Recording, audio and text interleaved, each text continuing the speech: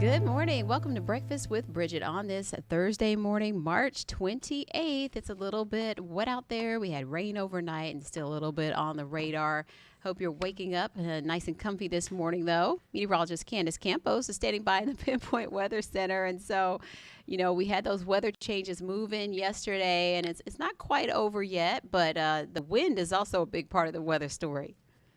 Yeah, right now we're picking up some of that heavier rain that's developing. We were talking about it all morning that the morning was very misty, very light, and the moment that front gets in here, there's enough of a boost of instability with that front, that lift that you need, and we can fire up some of those heavier batches of rain. As of right now, not a lot of lightning being picked up out there, but certainly it is packing a little more of a punch than it did about an hour ago. So let's take it to the map, show you what's going on.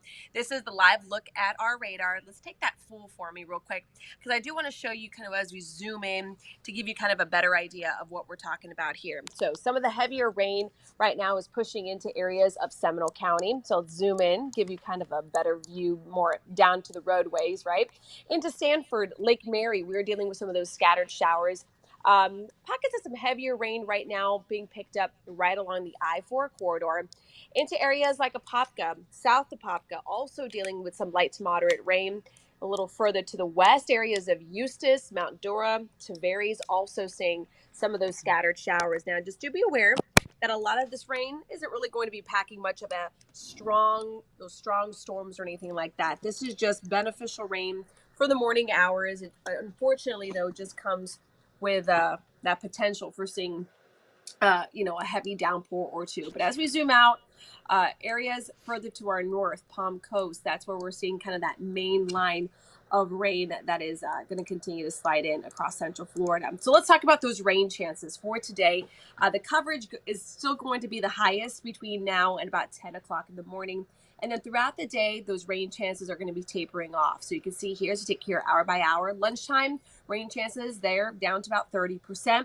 Temperatures, though, are going to be into the mid 80s, mid to low 80s for today. I want to show you real quick what the future cast is looking like, because some of that rain, as that front comes through, will continue to clear out. So again, some of those scattered showers and then that big ridge of high pressure builds in. It's going to be a great looking forecast. So as we head into your Wednesday, I should say into your Friday and into the weekend. Speaking of the weekend, here's your forecast for Easter, Saturday and Sunday. Temperatures going to be in the low 80s.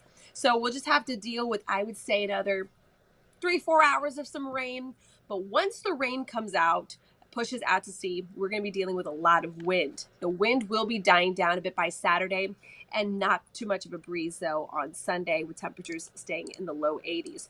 So what do our winds look like for today? Upwards of about 20 to 25 mile per hour wind gusts could be expected. You can see on Friday we'll start to taper off just a little bit, with the breeze turning more southerly, which is why it's going to be a bit on the warmer side for your weekend. And as we talk about the next couple of days, temperatures are going to be warming up back to nearing 90 degrees come Tuesday. It's going to be certainly a warm start to next week. But as of now, the coolest day of the week looks to be Good Friday in the mid 70s. And then we'll start moderating those temperatures back come Sunday. So again, dodging some rain, a little heavier batches being picked up now on the radar. That will all clear out by lunchtime. And then we're going to be looking good to go, at least throughout the next few days. I like it. I think, we've got to get the rain out of the way, and, we could use some. So nice that it won't really creep into all the festivities coming up for the weekend. Yeah, and we had a stronger severe thunderstorm warning in areas, I believe, of Sumter County yesterday. We were talking about how the bulk of the rain was to stay kind of that northwestern edge of the viewing area, and it kind of stayed there. It was gloomy for a lot of the day yesterday, right? But not a lot of rain. Now is where that front's finally coming through. We're seeing those scattered showers. So we talked about some evening commute rain yesterday and morning commute this morning, and that's exactly how the models are verifying for today. And it's nice. We'll get through it before you get, once you get in for the night, we'll be done with the rain. Oh, we'll be done with the rain by the time you go out for your lunch break. So we'll work with that. That's good. Yeah. And then again, we'll be replacing the rain and the clouds with a lot of wind. So it will be certainly windy today. So if you are going to be going out for, kids have games or practices or whatnot, you're not dealing with the rain, you'll be dealing with the wind. Okay. All right. Thank you, Candace. You're welcome. Okay, we'll check in now. Trooper Steve is watching our roads, and he is he there? Is he there? Oh, okay. Oh, yeah. You know what? I have you covered up. I'm sorry. It's where I have my I'm scripts. here. Good I'm morning. here. How are you? Good morning. It's gloomy out here It right now. It's is. raining pretty good outside the building at the moment. Yeah, it just kind of So, makes you want to stay in, but we don't have that choice right now. yeah, no option there. I'm just here smiling because that's what we get to do. Where are you headed today? Uh, I can't wait for today. It seems like I say that every I day, but on know. gloomy days like this, um, it's always looking for that outside of what we normally do to get that little boost Yes. of energy. So I'll be back with Orange County Animal Services today, and I just got sent a picture. Unfortunately, I can't show it to you guys. Oh, Oh, maybe I can. yeah, try. Let's see if Or just let's see. put the screen up. No, I Oh, could no, you do it. have Yep, okay. I could Okay. I could do it. So Okay. this is Reginald. He is 5 years old, and he is up for adoption right now at Orange County Animal Services. Look at this little cutie right Oh, what a there. cute boy. He is, yep, cute young man, 5 years old, 1 month, about 65 pounds, fully grown German Oh, I Shepherd. love German He's Shepherds. absolutely beautiful. He is available for adoption right now. And so today I will be over at Orange County Animal Services to meet Mr. Reginald. And I his big nose is I so know. cute. So Did we're he gonna was he a we're gonna try to find canine him a home. drop out because he was probably too happy or something or what happened? I love those stories because that does happen, Yeah. where certain dogs go to school to be police officers and they just don't have that little piece of the puzzle, but they make great dogs. Hmm. So I'm going to get to meet Reginald I today want at to hear the 10 a.m. at story. Yeah, clickorlando.com. Yeah, I that's can't great. wait. I'm sure my truck will be filled with dog hair, and I don't mind. I It call it, makes well, me happy. and we have a German Shepherd. I mean Shepherd in our family in Georgia. Yeah. That's good. I've But never heard that before. That's a they're good so one. great. I can't wait to see Reginald. And so, Yeah, me either. So how long will you have him in the truck? You said. about 30 minutes today. Okay. Nice little interaction. They Orange County Animal Services and their team over there are amazing. Their communication guy, Brian, Hmm. former law enforcement officer, and just found a passion for animals. He quit Yeah. his job and took over communications for Orange County Animal Services. Like, what? So they do so much. Just be careful getting on their social media because you'll go home with about 17 dogs and I cats. know. Uh, Sarah And McLaughlin playing in the background and oh, all I that know. stuff. In So, the arms of the angels. I know. And yes, yesterday we talked about Lake County and how they have the fees waived right now because they're over capacity, like yes. significantly over capacity, which a lot of shelters go through that. But Orange County, there are so many fun programs because, like yesterday, Crystal was Hmm. telling me about how you can volunteer with the kids and go read to the dogs, Yes, which sounds yes. like a They have trick. reading time. Sounds A like a hundred trick. percent. Let's be real. Everything they do is an adoption tactic, and I'm totally okay with it. I Totally am okay. too. I Adopt, am don't too. shop. Yes. So we've talked about it at home, but I think that would be fun to just go read to the dogs. Maybe not, we're not getting anything today, but go read to the dogs. It's a good activity for Especially everyone. with your babies, they're so intelligent that I think Oh, yeah. especially your older one, I They, I think she would love to sit there and just read a book to these animals. She'd be so happy. and maybe little brother would really pay attention too, just because of, the way that's Maybe, maybe. maybe. But they're, you know, I already know. I you already know. know. I know how this goes with your kids. Yeah. So, So yeah, she'll be 8 next week, and then he'll be oh my 6 gosh. in May. Yeah. So I know. Uh, Yeah. So it's they're flying. It's almost ready flying. for a dog. So we'll see. We'll see. I'll let you know if We'll we go start, let's read. start small.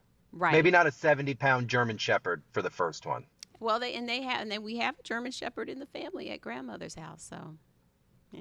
All right, so maybe a little Hmm. pocket dog for the first Yeah. one. Yeah. They want a poodle So, mix. That's what they say. okay, I got Let me know if connections there's a with poodle that. mix there. Because I'm allergic. I'll go for a search for you. Okay, Okay. I'll go for a search.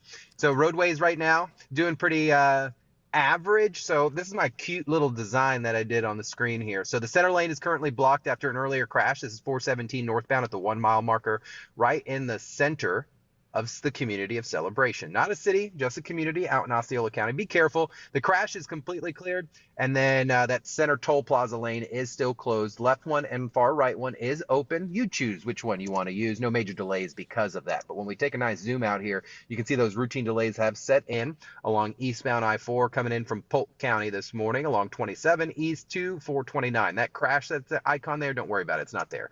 So we're going to continue on. Drive times 25 minutes Kissimmee to downtown, 25 from Lake Mary. That's a first. Just keep in mind, look, roadways are wet. It's slippery out there. I need you to pay attention, especially on your exit and entrance ramps. I say that all the time. Westbound 408 through Azalea, we're slow this morning from Goldenrod to 436. We don't normally see a slowdown right there. We see it a little further west. So please be careful this morning. Colonial Drive eastbound at Good Homes Road. This puts us further west in Orange County in the Ocoee area. They're saying there's an eastbound lane blocked out there, but if you look at my map, there is no delay. So I just need you to be cautious. I'll just let you know where the stuff's at. Westbound, coming in from Volusia County this morning, Enterprise to Berry. You're kind of stop and go right before you cross over Lake Jessup. Please be careful. Osteen, further east along 415. No delays out there. Jumping west this morning towards Lake County, Tavares, Mount Dora. Nice and clear. So like Candace has been mentioning, Bridgett, today, people just got to be careful. This rain's going to come in. It's not too heavy all over the place, meaning the places that aren't going to get the heavy rain, you're going to get that oil kind of kicked up on the ground and stuff like that today. So just be very careful at the traffic lights, complete your stops, check left, check right, and let's get home safely on a Thursday. Definitely giving yourself time to stop, too. Yes, ma'am. All right. Well, we'll see you a little bit later with your new friend. Man, if I had a bigger house, Reginald would be coming home with me. I've always wanted a German, but I know. hey, I'll hang out with him today. We'll see. We'll see. We'll see about that. All right. Thanks, Trooper Steve. No. Bye. Bye. All right, a little bit of news, and then we have a special guest. One of our producers is in the house today to tell us about his experience with Make-A-Wish and their upcoming Walk for Wishes today.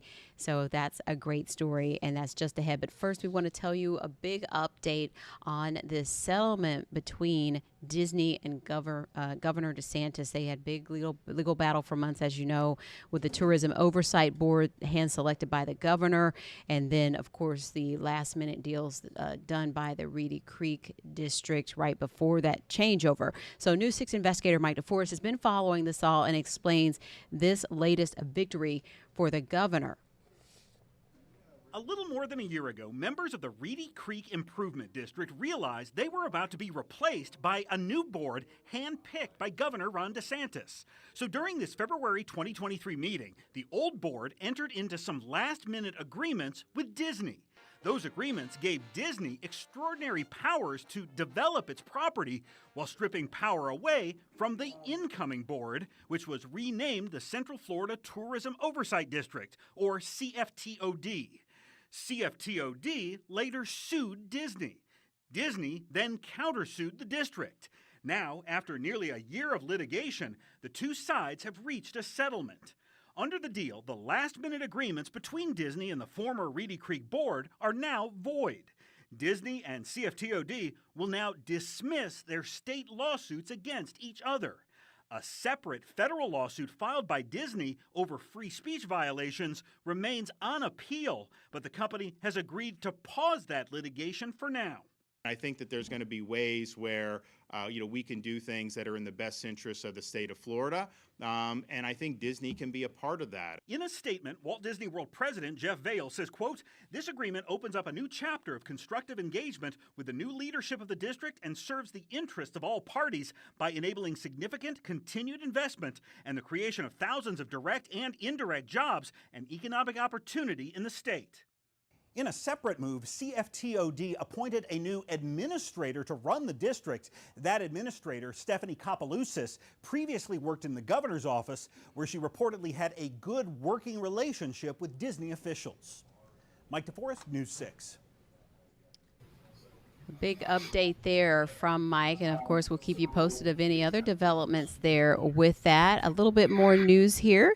We want to go to our Crystal Moyer. She has the latest. I just talked about reading to the animals at the Orange County Animal Shelter. Well, Crystal has another great story that's, giving opportunities to read aloud and tell stories. And this one benefits with children and adults. And so Crystal has more from Winter Garden now. And when I catch them, I'm going to open up a can of gotcha and send them air mail to the moon. It's no surprise Deanna Bronstein is an animated personality. I actually have a theater background, a theater degree, and I used to work as a mime. She's here at the summit of Winter Garden, bringing the story of the three princes of Serendip to life, the book full of Middle Eastern folk tales. Almost every culture has some kind of a Cinderella story, okay? What happens is that stories used to be told all the time, and as people traveled, they moved. And then people would find a way to make it their own. And she's not just doing this for fun. It's her job as a storyteller with the Orange County Library System, her career spanning 20 years. Everybody just loves hearing stories, and I can't just put an exact why on it. Storytellers have been entertaining and inspiring readers from kids to adults since the opening of the Albertson Public Library in Orlando in 1923. Even traveling to schools and theaters to tell stories beyond the book using puppets, pictures, and pizzazz. The tradition continues today with 6 paid storytellers on staff, including Bronstein. We need to be where the people are, not necessarily where we want them to be, which of course is in a library, but they can't all get there. And it's fun and exciting. This is my first time, and when I heard her, she was just fascinating, and I just enjoyed it so much. I just laughed out loud because it was so much fun. Bill Maylard and his wife Vivian show up for story time every month. At this stage, it's difficult to sit down and read. The storytellers they're different. Their approach is different sometimes, but they're all good and very entertaining. We look forward to it. They address the human experience. They help them remember things about their own lives.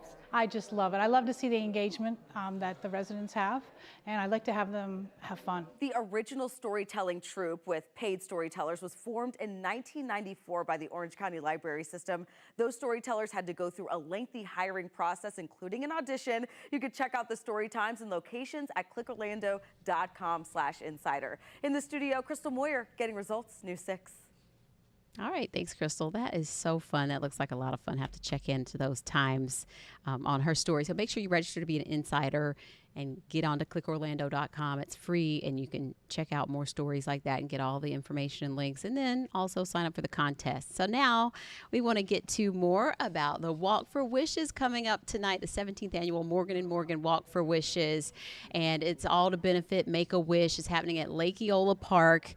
Registration starts at 5, and we have one of our own producers here, Tom Vilkind. Good morning, Tom. How's it going, Bridgett? I'm so excited to hear more about your story and how you were a Make-A-Wish kid. Well, first off, I just want to say thanks for having me this morning. Thank you my for heart coming is in. in. My throat right now because I I'm know. a producer and I'm on the other side of the camera usually. So, no, it's gonna have some fun. So yeah. Tell us more about you. Tell everyone where you're from originally and about your childhood. How you came to be a Make-A-Wish kid. Yeah. So I'm originally from Albany, New York, the upstate area. And right as I was finishing my freshman year of high school, my brother and my father got a stomach bug. I got a stomach bug a couple of days later. They got better. I did not. So my parents thought I had a stomach bug. I went to the hospital. They did some blood work. And just by looking at my blood under your average high school grade microscope, they were able to see that 1/4 of my blood cells were cancerous. So I was diagnosed with leukemia. Wow. They actually called my mom and told her over the phone and told her to come back to the hospital, that they needed to admit me. My father was in Chicago on business, so my mom was doing that all by herself. And, and both my parents found out basically over the phone that their child had this life-threatening illness. It was rare. Yeah, so they say any kind of cancer in a child is very rare because the longer you age, the more your cells grow, and you have to make new cells. Right. So for it to attack a child, you have very young cells. When you're 14, you're just not as exposed to as much as when you're 34. So it's very rare in any case. But my particular form, I was only about one of 100 kids in the country who had that. It was more of an adult form of cancer. Wow. From the get-go, I was always told that I had a good prognosis, but it was rare, and I was, very sick at the start. But I was always kind of under the impression that it was one of the better prognoses that you could have. How did things just change right there? You said your parents found out basically over the phone, and you didn't get better right away from that bug, which is how you caught this. So what happened with your daily routine, and how many years before you were, cured? So I was diagnosed in June of 2013 on my parents' wedding anniversary of all dates. Oh. And, I spent the first 21 of 27 days in 3 different stints in the hospital. With just other complications in the beginning. And then I eventually, once I got over that first, month and a half or 2 months, it was smoother sailing. There were still some hiccups along the way. So I was finished with IV chemo on January 31st of the next year. And then I was on oral chemo maintenance, 3 different kinds of chemo a day, throughout the next year and a half, and I was officially declared cancer-free on August 15th of 2015. Wow. And then I played high school football. I was doing double sessions. I know we have some photos here. What's this throwback photo we have? Throwback Thursday photo. You're gonna see high school town now? Oh boy. What is this? This is before I could grow facial hair, Bridget.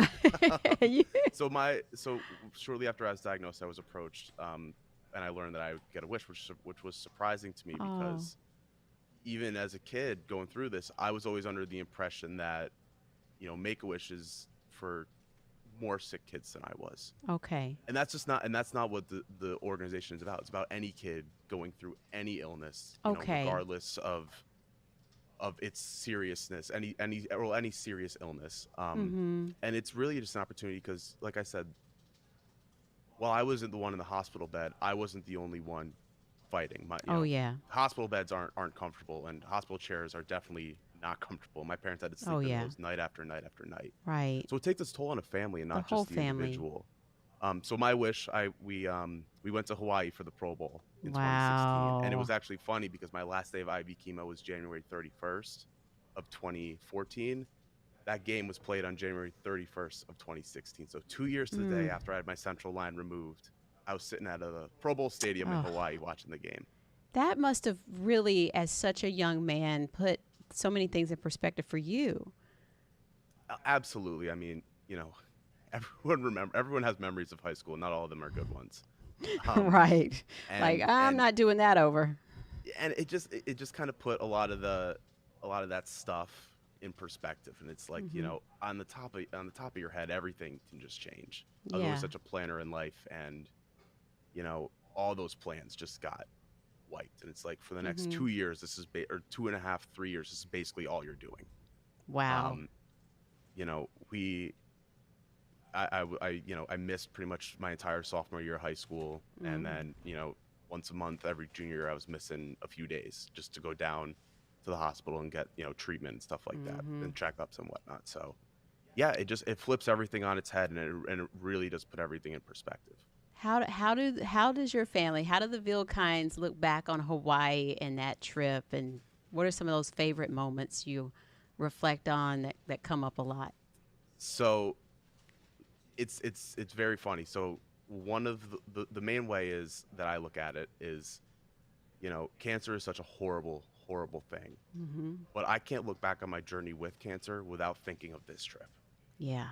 And I can't look at this trip without thinking of all the struggles that I went through and my family went through.